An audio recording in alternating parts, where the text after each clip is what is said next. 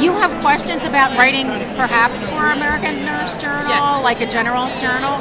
Yeah. And what does that look like? And how does that writing format change from like writing a book on a journey of self-reflection? That's a good question. So I would say, we have some issues here of American Nurse Journal. I recommend taking a hard copy, 3 issues at least, looking through, reading as much. You don't have to read everything, but look at the headings, the layout, some of the art design elements, and think about what you might want to write as well as you're looking through. And hopefully that will give you some ideas of how to focus your topic. Because I think, focusing the topic can be one of the hardest things to do. Finding the topic and focusing it. But looking at what's in the journal many times helps give people ideas. Even if it's not exactly like, maybe it's the format's more of a Q&A, or you're highlighting what's the new evidence in an area, or exploring different formats and ideas that might spark something. And I think it was always a challenge, in my BSN degree many years ago, and then my advanced practice degree.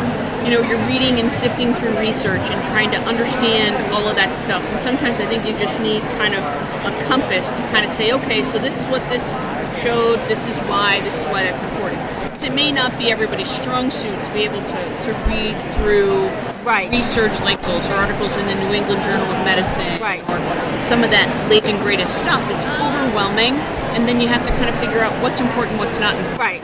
Well, in combination with looking at the 3 recent issues, I think it helps to look at what you mentioned. Do your research and look at the lit review. It does help to look at medicine, pharm, whatever, some other different fields. I think the more that you look at that body of literature, the more you're saturating yourself in the topic, and you gain more comfort in your topic and focus, because you're more confident in that background.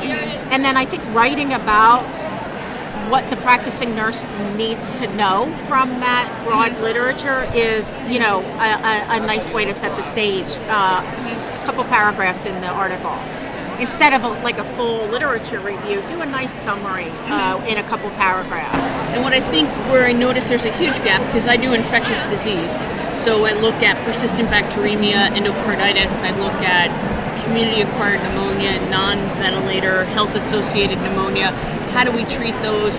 What are the different organisms? What antibiotics we typically use? And what I find is that nurses in the ICU, they're just hanging antibiotics and they have no idea why. They have no idea, right. Why are we using a beta-lactam? Or why are we using vancomycin? Why are we doing empiric therapy and then waiting for the cultures to tailor it down? And I think there's sounds like a good topic. There's goodness in that, right? Yes, helping the practicing nurse understand that, I think, is really helpful. And I kind of scratch my head sometimes. I'm like, it's their 4th day of positive blood cultures. That's a problem. That's absolutely, bacteremia. So what do we start thinking? So it sounds we don't like have source control, you have a a few ideas, and include some short case studies, or even partial case studies. Doesn't always have to be a full case study. Right. And then the other thing is, look at the sidebars or tables that are included with articles. I'm going to open this as you and talk to me. and sometimes if it's a really dense and long word count for a sidebar, we can add that as an online supplement to the actual print journal. Something that we can reference. So we sometimes add references and those bigger tables online. So that helps accommodate some of that dense stuff you're talking about, which is good. Yeah. And I work with a great team of docs, so I can get them to kind of give me some guidance and some of the great cases that we see. We do like mycobacterium, we see lots of TB, we see all kinds of stuff. Simple as mono. Like differentiating mono from some other virus, or thinking it's a tick-borne illness, right? Or what would make a difference to the practicing nurses if they knew more about what you know? Like, how could that impact outcomes and stuff? So think along those lines. Early recognition, I think. Yes, absolutely. Key, right? Like, they come up from the ER, I think they know prevention. Right. Although, of course, you'd want to highlight that in whatever topic you're covering. But you're right. I think there's some tips in there that they don't know that you know that you. That I think those pearls. That's what makes your contribution unique. I think it would be great. Yeah. So I look forward to your help because I have to, like, I get a great you have a idea, lot of and topic it's here, ideas. And then I have to kind of be able to consolidate it, make it clear and concise. Well, check out the author guidelines. They are actually very helpful. Like, this is just a tip sheet, but the author guidelines are pretty detailed, but they're easy to read, and it gives you some tips. So check that out as well. Then I also recommend sending me a query letter, because then we can do a back and forth dialogue and help you focus. Sure. Yeah, some more. Perfect. So and that's all in there. If you have that already, that's I perfect. think so. I'll take another copy.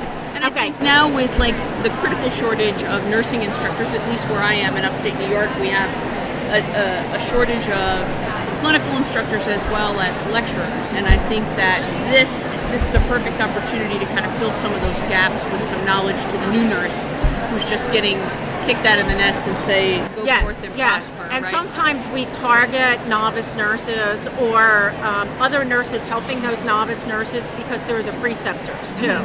Right. So, you can always do a sidebar on, make sure your new graduates know X, Y, Z, things like that. Moral courage, more resiliency, understanding your legal, moral, and ethical perspectives. Now, based on your book as well, though, we do have an area, healthy nurse, where we focus on tips for nurses to take better care of themselves, which we don't do very well. No.